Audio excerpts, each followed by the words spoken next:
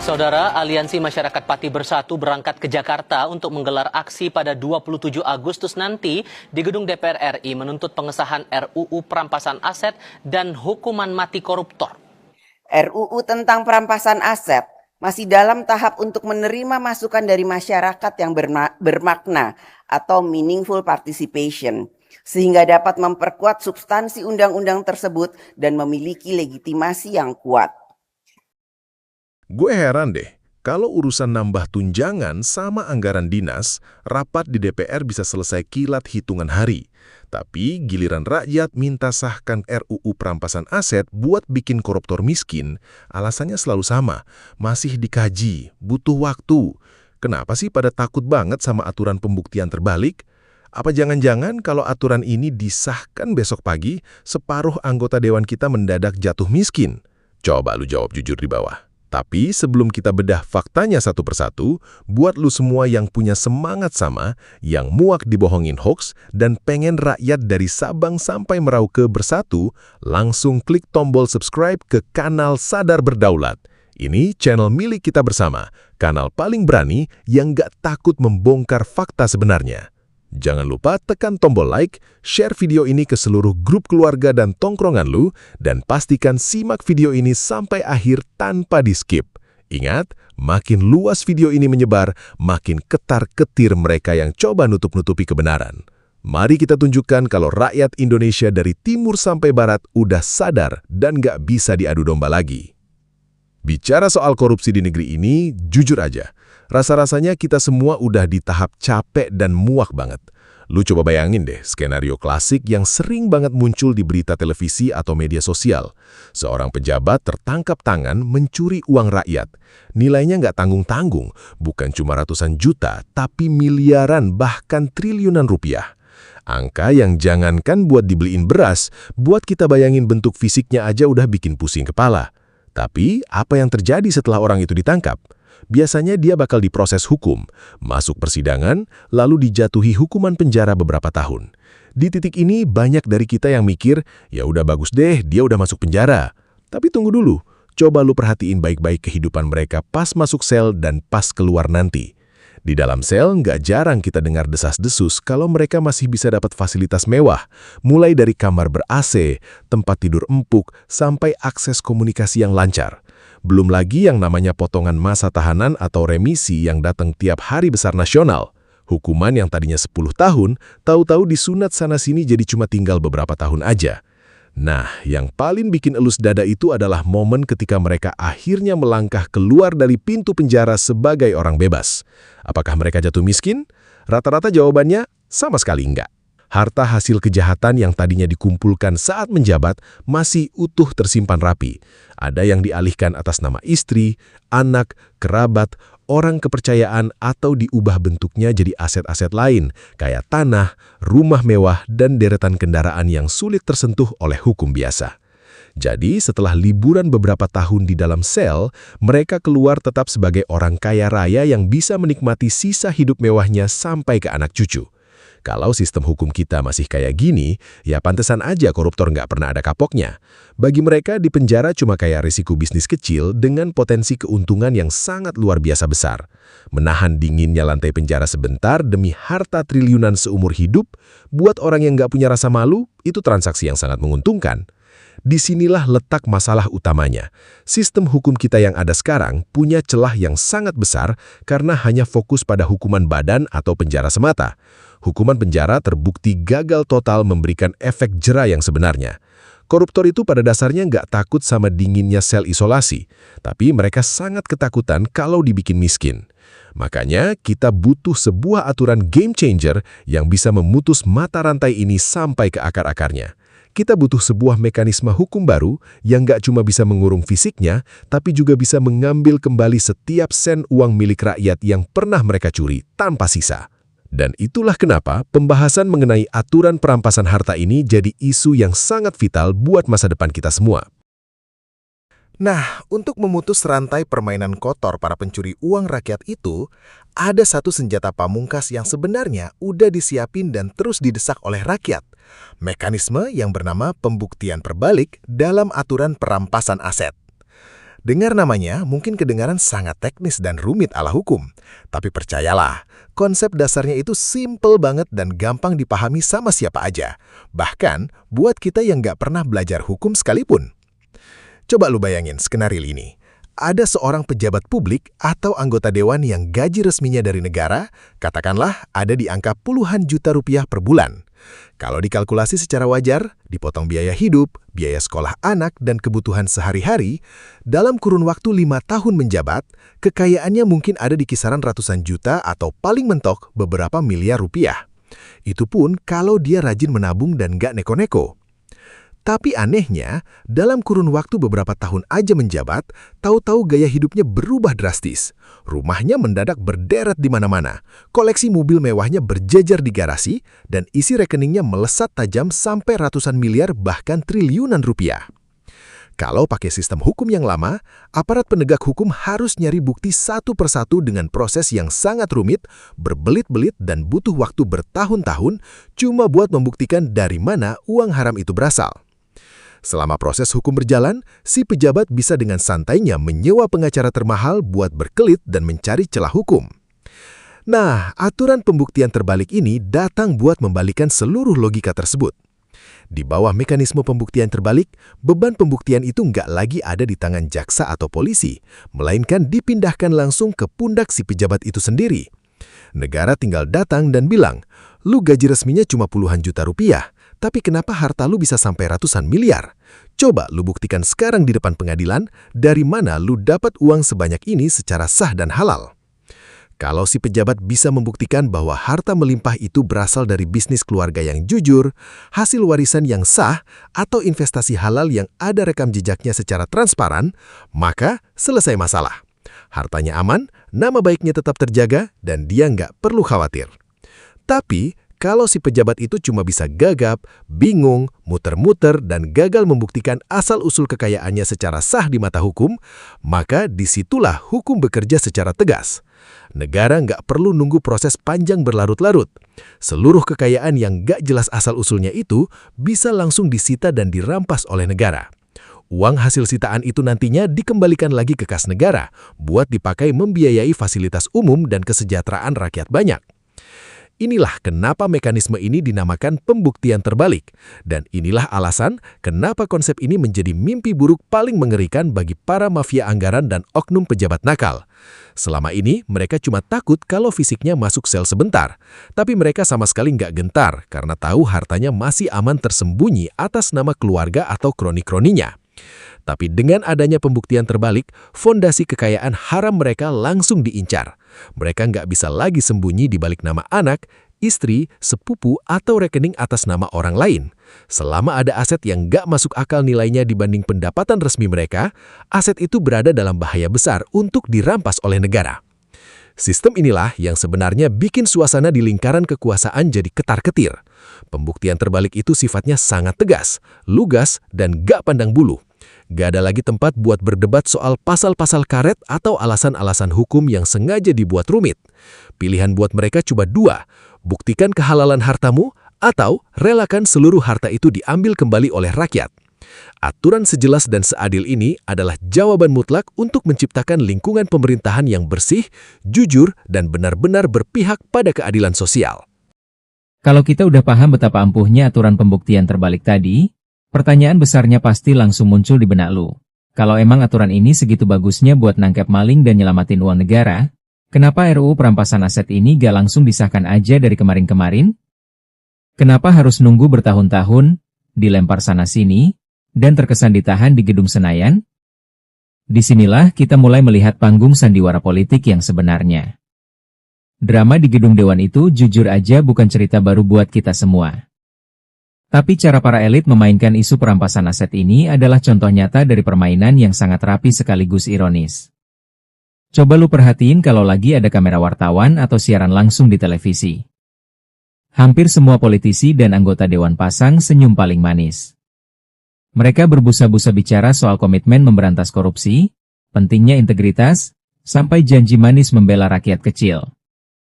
Kata-kata mereka kedengaran sangat indah dan penuh semangat. Tapi anehnya, begitu pintu ruang rapat ditutup dan kamera mati, arah angin bisa berubah 180 derajat. Aturan yang sangat dibutuhkan oleh ratusan juta rakyat ini mendadak kayak masuk ke dalam kota penyimpanan, ditumpuk di bawah berkas-berkas lain, dan dibiarkan berdebu tanpa ada kepastian kapan bakal diketok palu. Kalau kita bedah secara jeli, sikap partai politik di Senayan dalam menyikapi aturan perampasan harta koruptor ini terbagi jadi beberapa kelompok yang sangat menarik buat dicermati.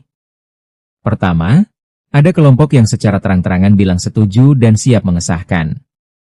Langkah ini tentu wajib kita apresiasi.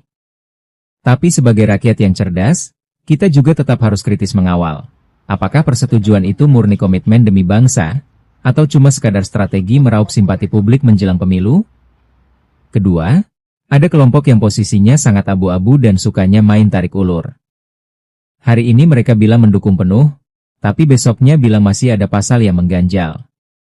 Minggu ini dibilang prioritas nasional, bulan depan mendadak dibilang butuh sosialisasi dan kajian lebih mendalam dari para ahli. Alasan yang dipakai selalu berubah-ubah dan dibikin seolah-olah sangat ilmiah di mata hukum. Padahal, kalau dibongkar inti permainannya cuma satu, membeli waktu. Mereka berharap seiring berjalannya waktu, masyarakat perlahan-lahan bakal lupa, perhatian publik teralihkan oleh isu lain yang lebih viral, dan aturan ini bisa diendapkan secara halus tanpa memicu kemarahan besar. Tapi tahu gak lu, kelompok yang paling berbahaya sebenarnya bukanlah mereka yang menolak secara terbuka, melainkan kelompok ketiga, mereka yang memilih diam 1000 bahasa. Dalam dunia politik, diam itu bukan tanda netral, dan diam jelas bukan berarti setuju. Diam di tengah desakan rakyat adalah bentuk ketakutan yang disembunyikan. Mereka serba salah dan terjepit di posisi yang sangat dilematis. Kalau mereka terang-terangan menolak aturan ini di depan umum, rakyat bakal langsung mengecap mereka sebagai pelindung koruptor, dan itu adalah tindakan bunuh diri politik. Tapi di sisi lain, kalau mereka mendukung dan mengesahkan aturan ini, aturan pembuktian terbalik itu bakal jadi bumerang yang bisa balik menyeret diri mereka sendiri, kerabatnya, atau rekan-rekan satu partainya yang punya simpanan rekening tak wajar. Akhirnya, posisi paling aman yang mereka ambil adalah berpura-pura gak tahu, pasif, dan membiarkan prosesnya mengambang tanpa kejelasan. Disinilah letak rasa gemes dan ironi terbesar yang bikin urut dada. Coba deh lu bandingkan secara teliti kecepatan kerja para wakil rakyat ini dalam dua hal yang berbeda. Ketika ada wacana buat menaikkan tunjangan, memperbarui fasilitas gedung, menambah anggaran dinas, atau merevisi undang-undang yang menguntungkan posisi kelompok mereka sendiri, proses pembahasannya bisa berlangsung sangat kilat. Rapat bisa digelar maraton sampai larut malam, sangat efisien, dan cuma dalam hitungan hari atau minggu aturan baru langsung diketok palu. Gak ada tuh kata ragu atau alasan, masih butuh kajian mendalam. Tapi giliran masuk ke pembahasan aturan yang bisa memiskinkan maling uang negara, irama kerjanya mendadak berubah jadi sangat lambat, tertatih-tatih, dan penuh hambatan birokrasi. Alasan yang keluar selalu seragam. Ini aturan sensitif, harus hati-hati, atau naskahnya belum matang. Padahal draft aturan ini bukan baru dibuat kemarin sore, tapi udah digodok bertahun-tahun oleh pakar-pakar hukum terbaik di negeri ini. Ketika suara dari istana dan rintihan rakyat di jalanan gak lagi didengar, pertanyaan dasarnya cuma satu. Sebenarnya siapa yang lagi mereka wakili di dalam gedung mewah itu? Rakyat yang memilih mereka? Atau kepentingan kantong mereka sendiri? Mungkin sebagian dari kita seringkali mikir, urusan korupsi, undang-undang, sama drama politisi di pusat sana kan urusan orang-orang atas. Gak ada hubungannya sama piring makan di meja dapur gue sehari-hari. Padahal kenyataannya justru sebaliknya. Hubungannya itu dekat banget dan dampaknya kerasa langsung ke kehidupan kita sehari-hari. Coba lu bayangin, setiap rupiah uang negara yang dicuri sama mafia anggaran dan pejabat korup itu adalah uang pajak milik kita semua. Uang yang seharusnya dipakai buat bikin hidup rakyat kecil jadi lebih mudah dan sejahtera. Ketika triliunan rupiah dana pembangunan ditilap dan masuk ke kantong pribadi oknum tidak bertanggung jawab, efek dominonya langsung berantai ke lapangan. Dampaknya apa? Lu bisa lihat sendiri di sekitar kita. Sekolah-sekolah di pelosok desa yang atapnya ambruk dan bangunannya rusak berat tanpa ada perbaikan. Rumah sakit pemerintah yang kehabisan obat-obatan dasar, bikin rakyat kecil harus antre berjam-jam cuma buat dapat pelayanan medis yang seadanya. Jalan-jalan utama di berbagai daerah yang rusak parah dan berlubang, mengancam keselamatan para pengendara setiap hari. Bahkan sampai ke hal paling mendasar kayak harga bahan pokok yang melambung tinggi, biaya pendidikan anak yang makin mahal, sampai tarif listrik yang terus naik. Semua kesulitan ekonomi itu salah satu penyebab utamanya adalah kebocoran anggaran negara yang terus-menerus terjadi. Korupsi adalah alasan kenapa rakyat kecil harus terus berjuang setengah mati cuma buat bertahan hidup. Sementara sebagian kecil elit dengan santainya pamer gaya hidup mewah yang gak masuk akal dari hasil memeras keringat rakyat. Makanya, ketika rakyat dari berbagai daerah, mulai dari mahasiswa, buruh, petani, sampai pelajar, turun ke jalan buat menyuarakan aksi protes, mereka bukannya lagi nyari kerusuhan. Mereka turun ke jalan karena merasa pintu diskusi dan aspirasi formal udah ditutup rapat sama keangkuhan elit politik. Suara yang disampaikan baik-baik diabaikan, dan aspirasi publik cuma dianggap angin lalu. Di tengah terik matahari dan ancaman keselamatan, mereka mempertaruhkan fisik demi memperjuangkan satu hal yang sangat mendasar, keadilan hukum yang merata buat seluruh bangsa Indonesia. Namun, di tengah kemarahan dan rasa muak kita terhadap para pencuri uang rakyat, ada satu hal penting yang harus kita ingat baik-baik. Kita gak boleh emosi buta dan menyamaratakan semua orang yang duduk di jajaran pemerintahan atau gedung dewan itu jahat dan korup. Kita harus tetap bersikap adil dan rasional. Kenyataannya, di dalam gedung Senayan, di dalam kementerian, dan di dalam tubuh lembaga penegak hukum, masih ada kok pejabat, anggota DPR, dan aparatur negara yang memiliki integritas tinggi. Mereka adalah orang-orang jujur yang tulus bekerja demi kemajuan bangsa, yang hartanya murni didapat dari hasil kerja keras yang halal, dan sama sekali gak mau memakan uang haram hasil korupsi. Sayangnya, dalam sistem yang belum sepenuhnya bersih, orang-orang baik dan jujur ini seringkali berada dalam posisi yang sangat sulit. Ketika mereka bersuara vokal mendorong pengesahan aturan perampasan aset dan menolak kompromi kotor, mereka langsung jadi ancaman besar buat para mafia anggaran. Akibatnya, mereka rentan dimusuhi, diisolasi dari pergaulan politik, bahkan dihantam dengan berbagai narasi fitnah dan propaganda yang dirancang sengaja buat merusak reputasi mereka di mata publik. Para oknum korup sangat paham bahwa cara terbaik buat membungkam orang baik adalah dengan bikin masyarakat benci sama orang baik tersebut. Disinilah letak ujian kecerdasan kita sebagai rakyat. Kita gak boleh gampang terprovokasi atau termakan narasi adu domba. Tugas kita gak cuma sebatas marah dan menindak tegas mereka yang kotor, tetapi kita juga wajib pasang badan menjadi benteng pelindung bagi para pejabat dan wakil rakyat yang benar-benar bersih. Kalau kita sebagai rakyat cuma bisa diam dan ikut-ikutan menghujat tanpa memilah dengan jernih, orang-orang baik di dalam sistem bakal gugur satu persatu karena gak dapat dukungan moral dan politik. Dan kalau orang baik itu tumbang, ruang kekuasaan bakal sepenuhnya dikuasai sama mereka yang cuma peduli pada isi dompetnya sendiri. Kita harus pintar membedakan mana pejabat yang benar-benar musuh rakyat, dan mana pejabat jujur yang lagi berjuang membela kepentingan kita di dalam pusat kekuasaan. Pada akhirnya, dari seluruh rangkaian pembahasan panjang soal RUU perampasan aset ini, kita sampai pada satu kesimpulan besar yang gak bisa ditawar-tawar lagi. Aturan ini bukan cuma sekadar wacana hukum atau berkas tumpukan kertas di meja rapat, melainkan cermin kejujuran politik sekaligus tolok ukur seberapa besar kepedulian para penguasa terhadap nasib rakyat kecil. Masa depan bangsa yang besar ini selalu digantungkan pada harapan, keberanian, dan kesadaran politik rakyatnya. Hari ini, di bawah kepemimpinan Presiden Prabowo Subianto, seluruh masyarakat Indonesia dari ujung barat Sabang sampai ujung timur Merauke menaruh harapan yang sangat besar. Kita semua merindukan arah perjalanan bangsa yang makin kokoh, makin bersih, dan benar-benar berpihak pada kesejahteraan rakyat, bukan cuma menguntungkan segelintir elit dan jaringan mafia anggaran. Sudah terlalu lama perjalanan negeri ini tersendat dan terseok-seok akibat ulah oknum koruptor yang tanpa rasa malu menggerogoti uang negara. Harapan yang kita gaungkan hari ini bukan sekadar doa di dalam hati, melainkan seruan nasional agar pemerintah bersama seluruh jajaran penegak hukum, mulai dari kepolisian, kejaksaan, KPK, hingga instansi peradilan, benar-benar bergerak kompak, terintegrasi, dan tegas tanpa pandang bulu. Keretakan atau ego sektoral antar lembaga penegak hukum cuma bakal ngasih celah dan ruang gerak buat para mafia anggaran buat meloloskan diri dari jerat hukum. Salah satu langkah paling nyata yang ditunggu oleh lebih dari 200 juta rakyat Indonesia adalah keberanian politik dari Presiden Prabowo bersama para anggota DPR untuk segera mendorong dan mengetok palu pengesahan RUU perampasan aset ini. Aturan ini adalah kunci utama buat merebut kembali hak-hak rakyat yang selama ini dicuri secara tidak sah. Hukum di Indonesia gak boleh lagi berjalan seperti pisau yang tajam ke bawah tapi tumpul ke atas.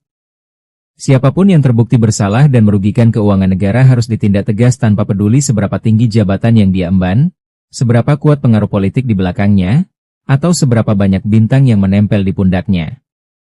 Di mata hukum dan di hadapan Tuhan, semua warga negara punya kedudukan yang sama.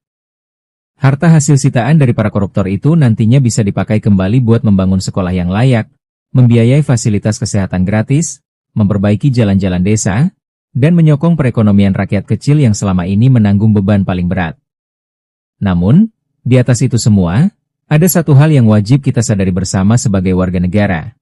Senjata paling ampuh yang dimiliki oleh rakyat untuk mengubah keadaan ini bukanlah kekerasan, melainkan persatuan dan kesadaran politik yang tinggi. Para politisi dan elit yang duduk di kursi empuk kekuasaan boleh saja punya uang triliunan rupiah, punya tim hukum yang kuat, atau menguasai berbagai media. Tapi ada satu hal yang paling mereka takuti dan gak bakal pernah bisa mereka beli dengan uang sebanyak apapun, kekuatan suara rakyat yang bersatu. Para pimpinan partai dan anggota dewan pada dasarnya cuma takut pada satu kondisi, yaitu ketika mereka terancam kehilangan kursi dan jabatannya. Dan perlu kita ingat baik-baik, kursi kekuasaan yang mereka nikmati hari ini sepenuhnya ditentukan oleh lembaran kertas suara yang kita coblos di bilik suara saat pemilu. Oleh karena itu, mulai hari ini mari kita jadikan isu pengesahan RUU perampasan aset ini sebagai tolok ukur utama dalam menilai siapa saja wakil rakyat yang layak kita pilih kembali dan siapa yang harus kita depang keluar dari panggung politik. Catat baik-baik nama-nama partai dan tokoh politik yang terus-menerus mengulur waktu, berpura-pura lupa, atau enggan mengesahkan aturan ini. Ingat wajah-wajah mereka yang diam seribu bahasa saat rakyat menuntut keadilan. Ketika waktu pemilihan tiba, gunakan hak suara kita secara cerdas untuk menumbangkan para pelindung koruptor dan memberikan kesempatan kepada sosok-sosok yang terbukti jujur, berani, serta berpihak sepenuhnya pada rakyat.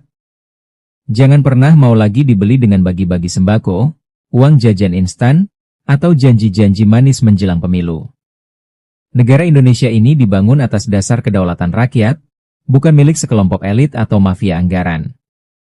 Dan di tangan rakyat yang sadar dan bersatulah, masa depan Indonesia yang bersih, adil, sejahtera, dan bermartabat bisa benar-benar kita wujudkan bersama. Di penghujung pembahasan ini, mari sejenak kita menundukkan kepala, memanjatkan doa terbaik untuk Presiden Republik Indonesia, Bapak Prabowo Subianto. Semoga Allah Subhanahu wa Ta'ala, Tuhan Yang Maha Esa, senantiasa melimpahkan kesehatan, kekuatan fisik dan mental, ketajaman pikiran, serta perlindungan dalam setiap langkah kepemimpinannya. Kita berdoa agar beliau selalu diberikan keberanian tanpa kompromi untuk memimpin pemberantasan korupsi, menindak tegas mafia anggaran, serta konsisten berdiri di garis depan demi membela hak-hak rakyat kecil. Semoga niat tulus beliau untuk membawa Indonesia menuju kemakmuran dan keadilan benar-benar diijabah dan dirasakan oleh seluruh lapisan masyarakat dari timur sampai barat Indonesia.